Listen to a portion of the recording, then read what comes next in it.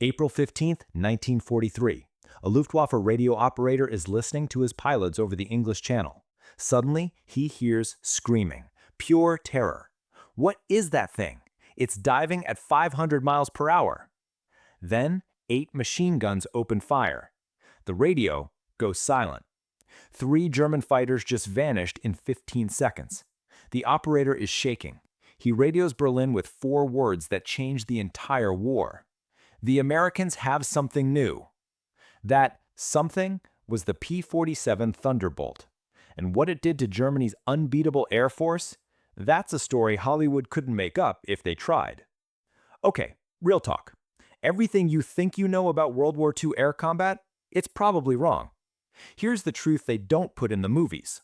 For almost 4 years, Germany absolutely dominated the skies. I'm not talking about they were pretty good. I mean they owned Europe from the ground to 30,000 feet. Their pilots were gods, their planes were untouchable, and American bombers, they were dying by the hundreds. Picture being a young American bomber pilot in early 1943. You're 22 years old. You're flying a B-17 over Germany in broad daylight. Your life expectancy? 11 missions. Not 50, not 25, 11. You had better odds storming a beach than flying through German airspace. Why? Because German fighters would wait until your escorts ran out of fuel and turned back. Then they'd attack, and there was nothing you could do except pray and die. The 8th Air Force was hemorrhaging crews so fast that military planners were having secret meetings about canceling the entire bombing campaign. No bombers meant no invasion of Europe. No invasion meant Germany wins. Game over. But then, something happened in the spring of 1943 that flipped the entire war upside down. A fighter plane showed up that broke every rule. It was too heavy to dogfight, too big to be agile, too weird to work. German pilots literally laughed when they first saw it. 3 months later, those same German pilots were refusing to engage it. They were running away. The unbeatable Luftwaffe was suddenly terrified. What happened? The P-47 Thunderbolt happened. And this is the insane story of how the most underestimated fighter plane in history became Germany's worst nightmare. Let's go back to 1942. Germany is crushing it in the air. Their Messerschmitt Bf-109 and Focke-Wulf 190 fighters are legendary. These aren't just good planes, these are monsters flown by pilots who've been in combat since 1939. Think about that. German aces had been fighting for 3 years straight. They'd killed British fighters over France, Russian fighters over Stalingrad, American fighters in North Africa. They had hundreds of kills between them. Some had over 100 kills each. These guys weren't rookies, they were professionals. And they knew they were the best. German radio chatter from 1942 missions sounds like they're bored. More Americans today should be home by lunch. I count 15 bombers. Who wants the easy victory? One German ace actually radioed, "This is not war, this is target practice." American bomber crews heard these transmissions. They knew what was coming, and they knew their escorts couldn't help. The early American fighters could only fly about 175 miles into Germany before they had to turn back. That's it. So bomber crews would watch their protection leave, and then German fighters would appear like sharks smelling blood. One B-17 pilot wrote in his diary, "We watched our P-47s peel away at the border. We knew we were dead men. We just didn't know which mission would be the one." The losses were catastrophic. On October 14, 1943, during a raid on Schweinfurt, the 8th Air Force lost 60 bombers in a single day. 600 men gone in one afternoon. 60 bombers lost, that's a 26% loss rate. Unsustainable doesn't even begin to describe it. Here's what they didn't tell you. The United States Army Air Force almost quit the daylight bombing campaign entirely. They almost switched to night bombing like the British, because mathematically, statistically, strategically, it wasn't working. But here's the thing. There was a weapon already in the fight that everyone had written off, including the Americans flying it. When the P-47 Thunderbolt first arrived in England in late 1942, American pilots took one look at it and groaned. This thing was massive. It weighed 7 tons fully loaded. 7 tons! A Spitfire weighed 3 tons. The P-47 was bigger than some bombers. Pilots nicknamed it the Jug because it looked like a milk jug with wings, and not in a good way. Lieutenant Quince Brown saw his first Thunderbolt and said, "That can't be a fighter. That's a damn freight train with guns." Major Johnson climbed into the cockpit and radioed his commander, "Sir, with all due respect, this thing is a joke. The Germans are going to eat us alive." Even Republic Aviation's own test pilots admitted the P-47 flew like a refrigerator. It turned wide, it climbed slowly at low altitude. In a traditional dogfight against a nimble Bf-109 or Focke-Wulf 190, the Thunderbolt would lose. Everyone knew it.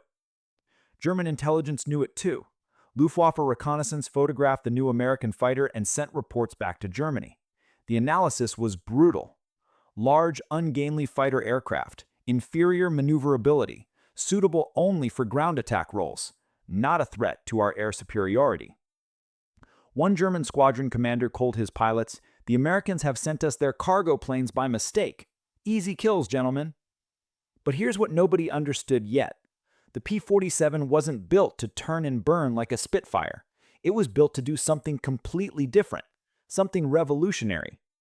It was built to climb to 40,000 feet where German fighters couldn't breathe, to dive at speeds that would rip other planes apart, and to mount 850 caliber machine guns that could saw a fighter in half. The P-47 wasn't a dogfighter, it was a flying tank with the heart of a race car. And it had one secret weapon that would change everything: a turbo supercharger that gave it godlike power at altitude. Okay, let me break down why the P-47 was actually a genius design, because this is where it gets crazy. Every fighter plane in World War II had the same problem. The higher you fly, the weaker your engine gets. Thin air means less oxygen. Less oxygen means less power. Simple physics. At sea level, a Bf-109 makes 1,200 horsepower. At 25,000 feet, it's down to maybe 800 horsepower. At 30,000 feet, it's barely limping along. The P-47? At 30,000 feet, it's still making full power. 2,000 horsepower of pure American muscle. How? The turbo supercharger. This thing was basically a jet engine strapped to a propeller plane. It took exhaust gases from the engine and used them to spin a turbine that compressed incoming air and forced it into the engine. More air equals more oxygen equals more power, at any altitude. German pilots didn't understand what they were seeing. They'd climb to intercept a P-47, expecting it to struggle at high altitude like every other fighter. Instead, the Thunderbolt would just keep climbing, higher, higher, to altitudes where German engines were gasping for air. Then it would flip over and dive. And here's where the P-47 became terrifying. That 7-ton weight that made it slow in turns, in a dive, it became a rocket. The Thunderbolt could hit 550 miles per hour in a dive. Some pilots claimed they touched 600. No fighter on Earth could match that, not even close. German pilots would see a P-47 above them and think, "No problem, he can't turn with me." Then the Thunderbolt would dive, and suddenly it's screaming past at speeds that seemed physically impossible. Before the German pilot could react, 850 caliber machine guns would erase his plane from existence. Then, the P-47 would pull out of the dive, using all that speed, zoom back up to altitude where German fighters couldn't follow, and set up for another attack. The Americans had a name for this tactic: boom and zoom. Dive, kill, climb, repeat. The Germans had a different name for it: terror. April 8th, 1943. This is the day everything changed. This is the day German pilots stopped laughing. The 56th Fighter Group is escorting B-17s over France. Leading them is Colonel Hubert Zemke, one of the most aggressive pilots in the entire war. His P-47 squadron is itching for a fight. German controllers spot them on radar. They scramble FW-190 fighters from Luftwaffe 3. Experienced pilots, veterans. They've done this 100 times. The German squadron leader radios his pilots. "American fighters, at Angels 2-5. The heavy ones, the jugs. Easy meat, gentlemen. Form up and we'll bounce them from above." They climb to 28,000 feet. They're confident. They're skilled. They're about to learn a very painful lesson. Zemke sees them coming. Instead of turning to engage, he does something the Germans don't expect. He points his nose down and dives. His entire squadron follows. The German leader is confused. They're running already? He pushes his stick forward to pursue. Big mistake. The P-47s accelerate in the dive like falling meteors. 400 miles per hour, 450, 500. The German FW-190s are fast, but they top out around 480 in a dive, and they're already buffeting and shaking. The P-47s are rock steady. At 5,000 feet, Zemke pulls out of the dive with so much speed that he's a blur. He yanks back on the stick and rockets upward in a climbing turn. His squadron follows. They're now 5,000 feet below the German fighters, but they're carrying so much energy that they climb like rockets. The German pilots are stunned. What are they doing? That's impossible. In 30 seconds, the P-47s climbed from 5,000 feet back to 20,000.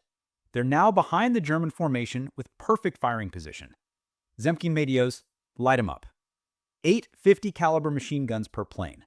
The 56 fighter group has 12 P-47s.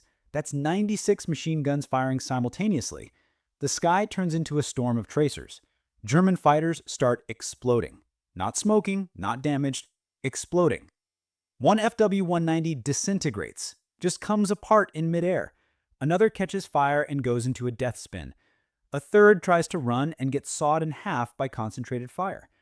The surviving German fighters break formation and flee, full throttle, running for their lives. These are veteran aces, pilots with 20-30 kills each, and they're running from Americans. The German squadron leader is screaming into his radio, "Break off, break off. Those are not normal fighters, break off." Zemke and his squadron return to base. They've shot down 7 German fighters without losing a single P-47, 7-0.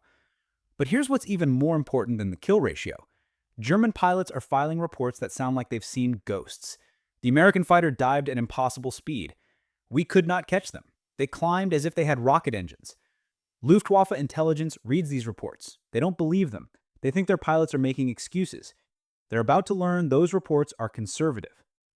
Let me tell you about the P-47's firepower, because this is where it gets absolutely brutal. 8 Browning M2 50 caliber machine guns, 4 in each wing. Each gun firing 800 rounds per minute. That's 6,400 rounds per minute total. For comparison, a Bf-109 had 2 machine guns and 1 cannon. An FW-190 had 4 machine guns and 2 cannons. Impressive, right? The P-47 could fire more bullets in 5 seconds than a German fighter could fire in 30 seconds. And here's the thing about 50 caliber rounds. They're massive. Each bullet weighs almost 2 ounces. They're designed to penetrate armor. 1 hit can destroy an engine. 2 hits can cut a control surface in half. 5 hits can break a plane's back. American pilots called it the wall of lead. German pilots had a different description, like flying into a metal rainstorm. Lieutenant Robert Johnson described his first kill. "I pressed the trigger for maybe 2 seconds, maybe 3. I watched my tracers walk right into his fuselage. The FW-190 just came apart, like I'd hit it with a giant hammer. It wasn't a fight. It was an execution." German pilots started filing reports that sounded desperate. American fighters are armed with cannons or rocket weapons of unknown type. Normal evasive maneuvers are ineffective. They weren't cannons, they weren't rockets. They were just 8 50 cals fired by a pilot who could afford to waste ammunition because the P-47 carried over 3,000 rounds. Think about that. A German pilot had to be conservative with his ammo, careful with his shots. 1 burst per attack, maybe 2.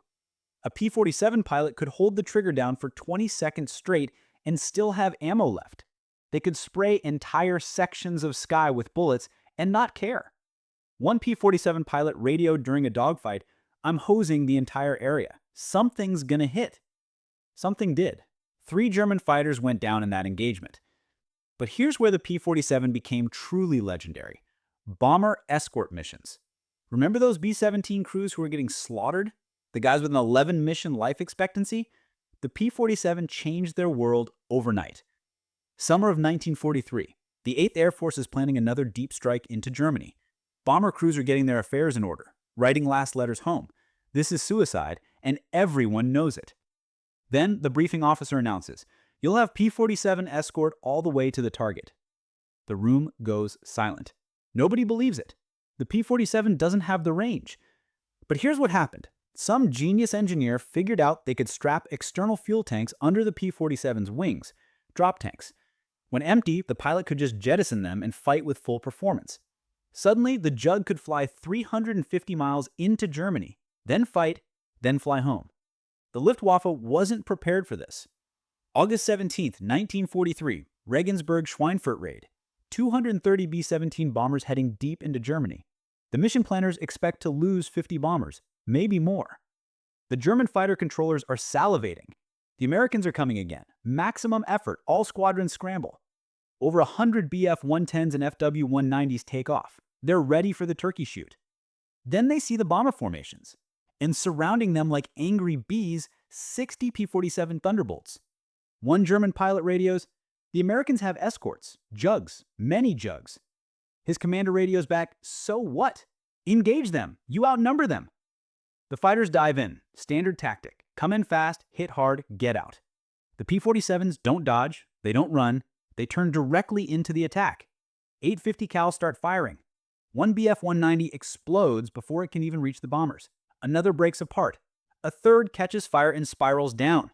The German formation breaks. They're supposed to press the attack. They're supposed to ignore the escorts and go for the bombers. That's the doctrine. That's the training. Instead, they're fighting for their lives against American fighters that won't die. One P-47 takes 37 hits from a German cannon. 37. Any other fighter would be confetti. The Thunderbolt's pilot radios, "I've got some holes, I'm gonna keep fighting." He shoots down 2 more German fighters before heading home. The bombers complete their mission. They hit their targets, and instead of losing 50 bombers, they lose 24. Still terrible, but that's a 50% improvement. More importantly, the Germans lost 36 fighters. 36! The math just flipped. The predators became prey. Here's where the P-47's reputation went from good fighter to legendary warrior. The Thunderbolt could take damage that would destroy any other plane, and I'm not exaggerating. The stories sound made up, but they're all verified. Lieutenant Robert Johnson's P-47 got hit by cannon fire from a Fw-190. The German pilot made pass after pass, shooting Johnson's plane apart.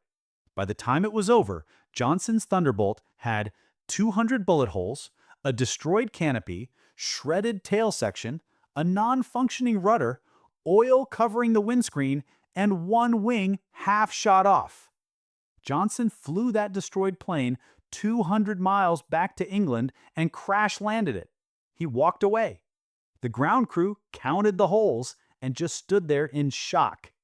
Johnson said, "The P-47 didn't just save my life, it brought me home when it should have been dead." Another pilot, Colonel Francis Gabreski, took a direct flak hit that blew a hole in his wing you could crawl through. He flew home, landed normally, and took the same plane back into combat 2 days later. There's a verified story of a P-47 that collided mid-air with a Bf-109. The German fighter disintegrated. The P-47's wing crumpled, the propeller bent, and the pilot still flew it home. Why was the Thunderbolt so tough? Because it was built like a tank. The cockpit had a 1/4-inch steel bathtub around the pilot. The fuel tanks were self-sealing. The engine had so much metal around it that pilots joked you could shoot at it all day and maybe scratch the paint. German pilots couldn't understand it. They'd pump rounds into a P-47, see impacts sparking all over it, and the American would just keep flying, keep fighting, keep killing. One Luftwaffe pilot wrote in his journal, "I put 50 rounds into an American Jug. 50. I saw impacts. It did not fall. It did not burn. It turned towards me, and I ran. This is not natural." The Germans started calling it the Eisenschwein, the Iron Pig. They meant it as an insult. American pilots wore it as a badge of honor. Let me tell you about one dogfight that became legendary. The day a P-47 proved it could beat Germany's best in a straight-up fight. March 1944, over Berlin. Lieutenant Walter Mickey Maurer in his P-47 named Razi G II. He's escorting bombers when he spots a lone FW-190 stalking the formation. The German pilot is an ace. He can tell by how he flies. Patient, precise, dangerous. The German hasn't seen him yet. Maurer could bounce him from above. Easy kill. But Maurer's cocky and wants to prove something. He radios, "This is Maurer. I've got a 190. I'm gonna fight him clean." His wingman radios back, "Mickey, that's stupid. Just bounce him." "Nah, I want to see if the jug can dance." Maurer turns toward the 190. Now the German sees him. The German pilot must be thinking this is his lucky day. A P-47 trying to dogfight? That's suicide. The 190 turns hard into Maurer. Tighter turn radius, more agile, the German is grinning. This is going to be easy. But Maurer doesn't try to turn with him. He uses the P-47's strengths. He climbs, not turning, just climbing in a spiral. The 190 follows, thinking he can outclimb the heavy American fighter. Wrong. At 28,000 feet, the 190 is struggling. Its engine is gasping. It's losing energy. The P-47 is still pulling hard. Turbo supercharger singing, full power, climbing faster. Maurer reaches 30,000 feet and flips over. The German pilot realizes his mistake too late. He's in a slow climb with no energy. Maurer is diving with all the speed in the world. The P-47 comes down like a hammer, 500 miles per hour. The German tries to roll away. Too slow. Maurer's 850 cals light up. 2 seconds. That's all it takes. The 190's wing separates from its fuselage. The German pilot doesn't even have time to bail out. Maurer pulls out of the dive, zooms back to altitude, and rejoins the bomber formation like nothing happened. Total fight time, 90 seconds. He radios his wingman, "The jug can dance just fine. She just dances different." Stories like this spread through both air forces. American pilots started believing in their planes. German pilots started doubting theirs. And that psychological shift, that was almost as important as the performance advantage. By late 1943, something incredible was happening, something that would have seemed impossible a year earlier. German pilots were running from American fighters. Let that sink in. The unbeatable Luftwaffe, the aces that had crushed Poland, France, Britain, and Russia. They were retreating from combat. There's a radio intercept from November 1943 that says everything. A German squadron leader spots a formation of P-47s escorting bombers. "Be advised, American jugs are present, multiple contacts. I recommend we avoid engagement and wait for them to leave." His controller radios back, "You outnumber them 2-1. Attack the bombers." Silence. Then, "Negative. We will orbit and wait. The jugs are too dangerous." This is a military order being refused. In the Luftwaffe, where discipline was absolute, they'd rather face a court-martial than face P-47s. And it's not just one incident. Reports pile up throughout late 1943 and early 1944. German fighters observed our formation and turned away without engaging. Enemy aircraft climbed to avoid us. Luftwaffe fighters jettisoned their bombs and fled when we approached. The hunter had become the hunted. American bomber crews noticed it too. One B-17 pilot wrote home, "We used to pray for escort. Now we watch the Jerrys run when they see our big friends show up. It's beautiful. Our guys in the jugs are avenging everyone we lost." The shift in morale was massive.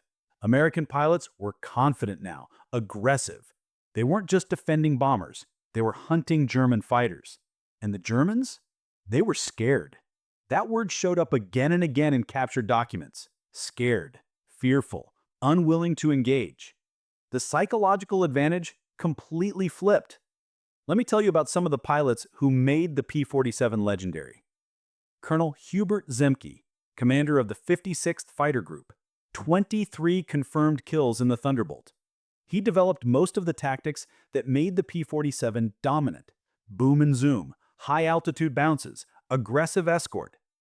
Zemke told his pilots, "Don't try to turn with them.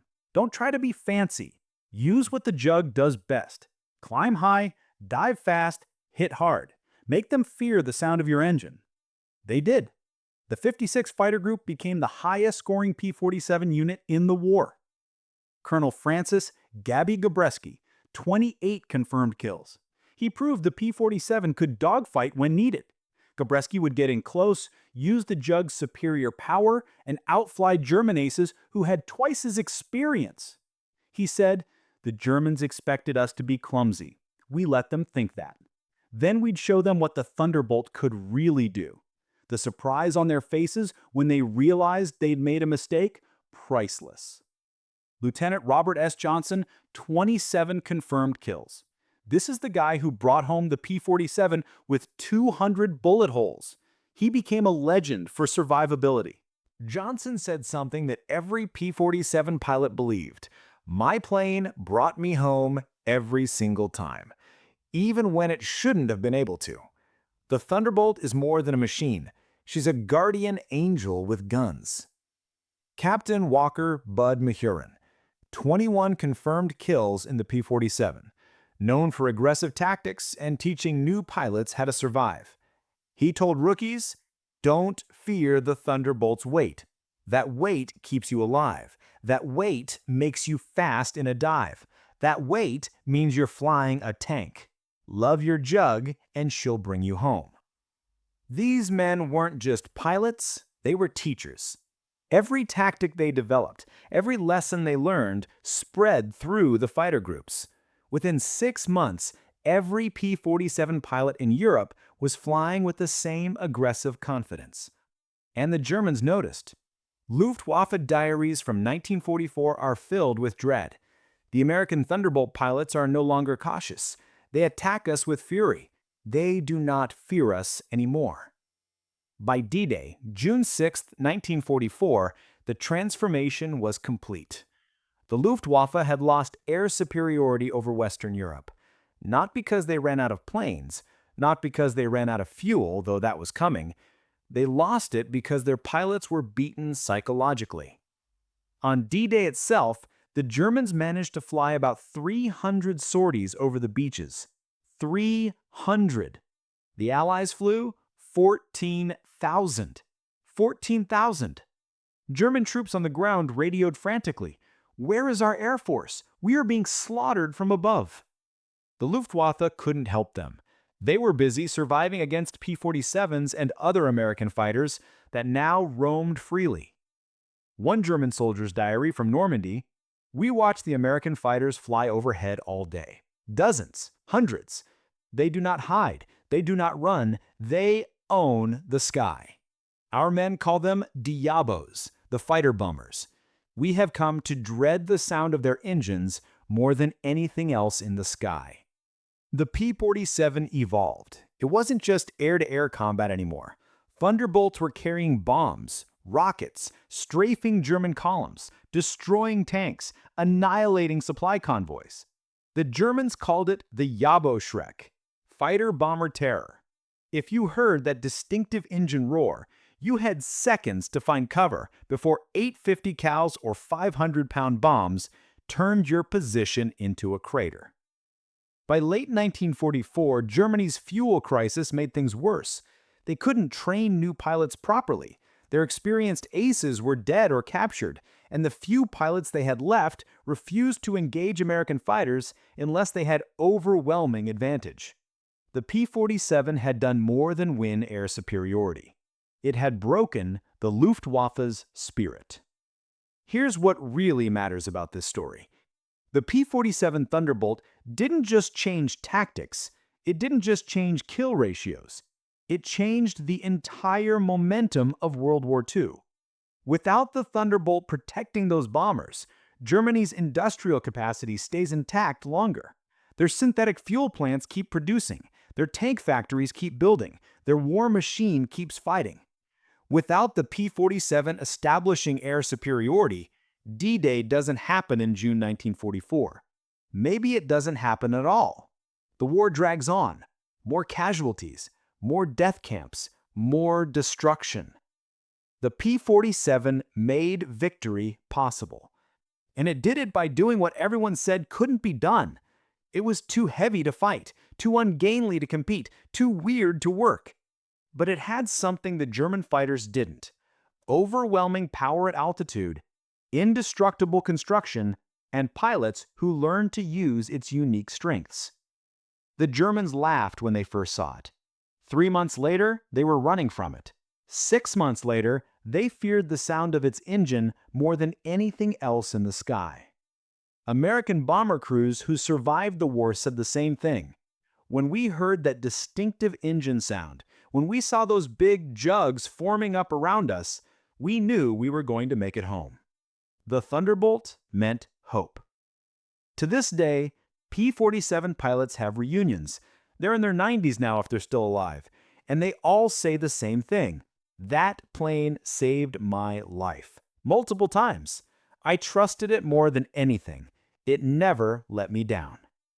One veteran, Robert Johnson, kept a photo of his P-47 on his desk until he died. When asked why, he said, "Because I owe that machine everything. My life, my future, my family." Every P-47 pilot knows we didn't just fly those planes. They carried us through hell and brought us home. The P-47 flew its last combat mission in 1955, 10 years after World War II ended. Countries around the world kept flying it because it worked, because it was reliable, because it was the toughest fighter ever built. Total production: 15,686 aircraft, more Thunderbolts built than any other American fighter except the P-51. Air-to-air kills: estimated at 3,752 German aircraft destroyed, thousands more damaged. Ground attack sorties: incalculable. The Thunderbolt destroyed more German vehicles, tanks, locomotives, and structures than any other Allied fighter. And here's the number that matters most: P-47 pilot survival rate was the highest of any American fighter in the war. The Jug brought them home. But beyond the numbers, beyond the statistics, there's this truth. When the P-47 Thunderbolt roared into combat in 1943, Germany's era of air superiority ended. The plane that everyone underestimated became the weapon that broke the Luftwaffe's back. German pilots went from mocking it to fearing it in less than a year. That fat, ungainly fighter that looked like a flying milk jug, it turned the tide of the air war. And on the day that Luftwaffe radio operator heard his pilots screaming in terror, when he sent that message to Berlin saying, "The Americans have something new," that was the moment Germany knew they were going to lose. Because when the Thunderbolt roared, freedom was coming, and nothing was going to stop it. The P-47 didn't just win battles, it won the sky. And once America owned the sky, victory was inevitable. When you see a restored P-47 at an air show today and you hear that massive radial engine thunder to life, remember what that sound meant to the men who heard it in 1943. To Americans, it meant hope. To Germans, it meant their time was up. The Thunderbolt roared, and Germany looked up in fear. And they were right to be afraid.